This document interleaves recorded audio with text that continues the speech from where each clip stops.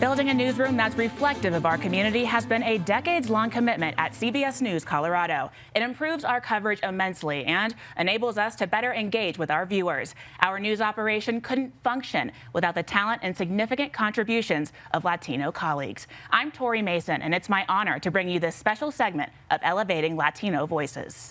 Joining me now are anchor Michelle Griego, digital producer Dago Cordova, and reporter Michael Abeyta. How are you guys? Good. Pretty good. How are you, Tori? I'm all right. All right. Feeling good.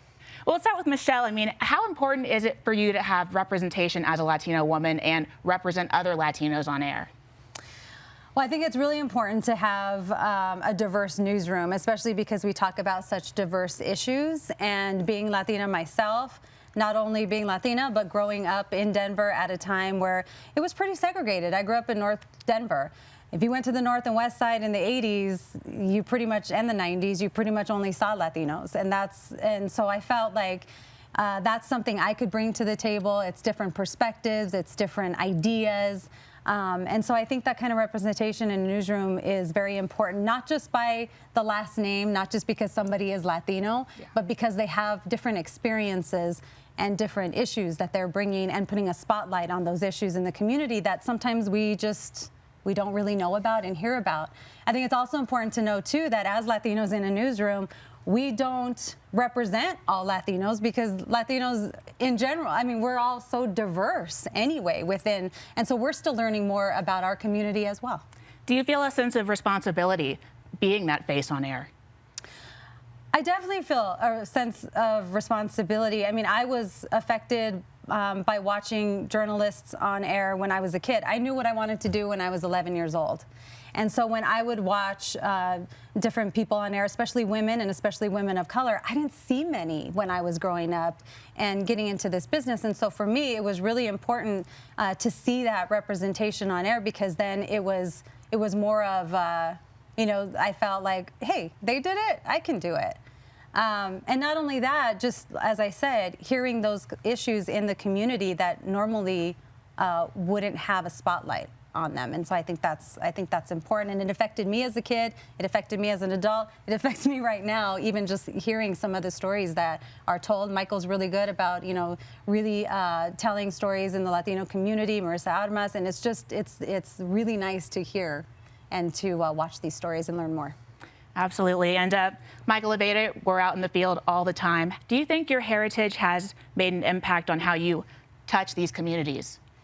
Yeah, I think that, even though we report in English, I think that there's a certain way that you can communicate with people when you know them, when you know their culture, when you know how to treat them. And I think that for the longest time, especially when I was a kid, in the 90s and the late 80s, the media didn't know how to talk to Latino people. They still sometimes do treat us like a monolith and don't really know how to communicate with us the way that we communicate with each other when we're, around our family, when we're around gente.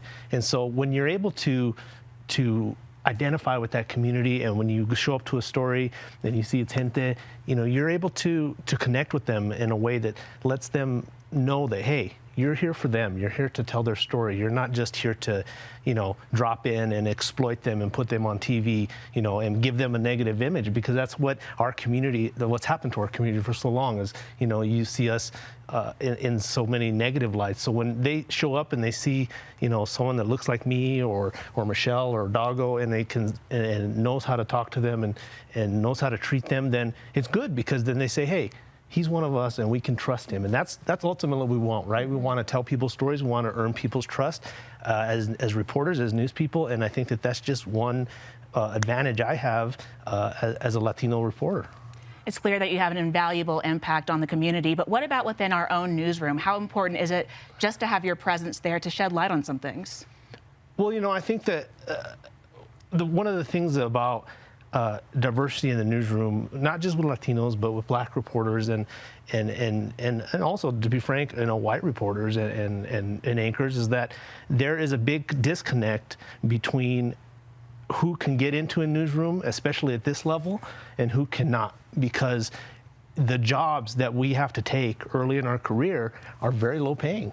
Sometimes they're minimum wage. And if you don't come from a background where you can get, help from your parents or help from your family to help you, get through those few jobs where you may have to work 2 and 3 jobs just to make it, just to put food on the table.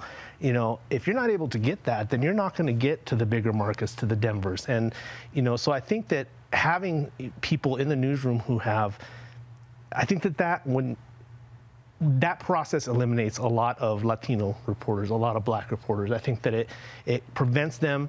They either go get jobs that'll pay them what they're worth, or they'll get jobs or they'll get out of the business altogether, go back to school, whatever.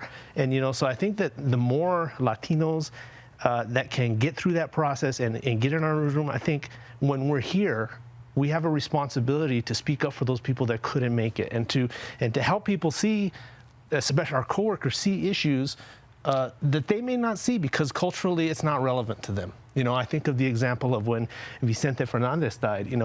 Of course, we all knew what a big deal that was, but there were a lot of people in our newsroom that didn't understand. To them, he was just another Mexican singer. They didn't understand. Or they didn't know who he was Or at they all. didn't know who he was at all. And so I think that having people like us in the newsroom that are able to speak up and tell people how important these issues and how important these topics are really helps make our newsroom a more well-rounded place. Absolutely. And, as journalists, we really take a lot of pride in being able to connect to these communities and tell their stories. But sometimes we need your help because I'm not a Spanish speaker.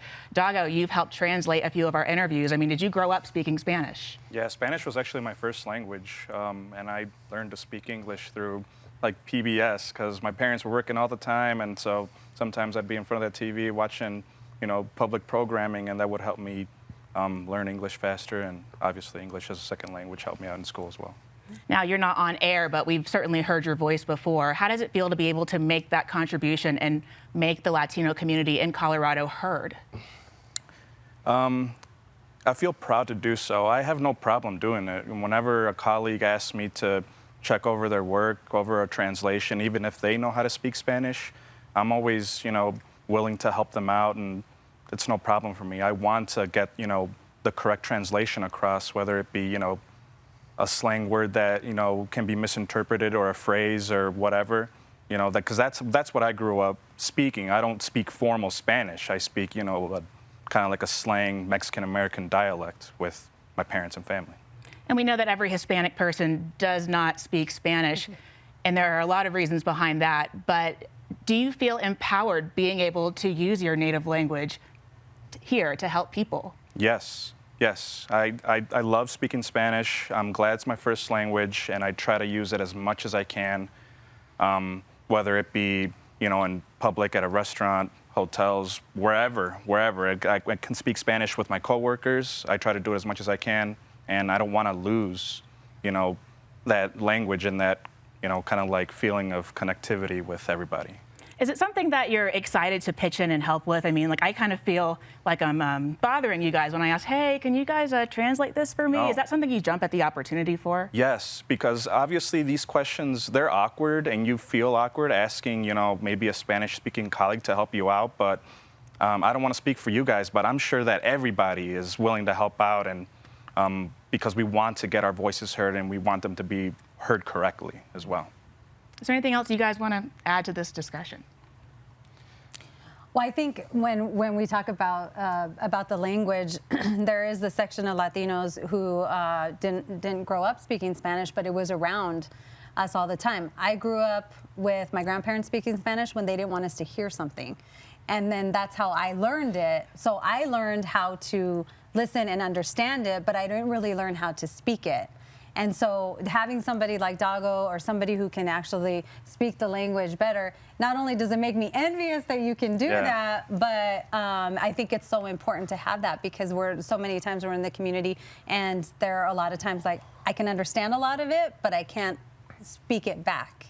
And it's frustrating to me, and it makes us question sometimes, okay, are we Latino enough? But there are that's a generational thing that's been passed on. My grandpa on my dad's side spoke Spanish from Jalisco, worked the fields, did all this stuff, and he did not teach his kids because of the discrimination that he went through. And that's what we've seen through generations. And so somebody in my generation and in my family, I don't know it because of that.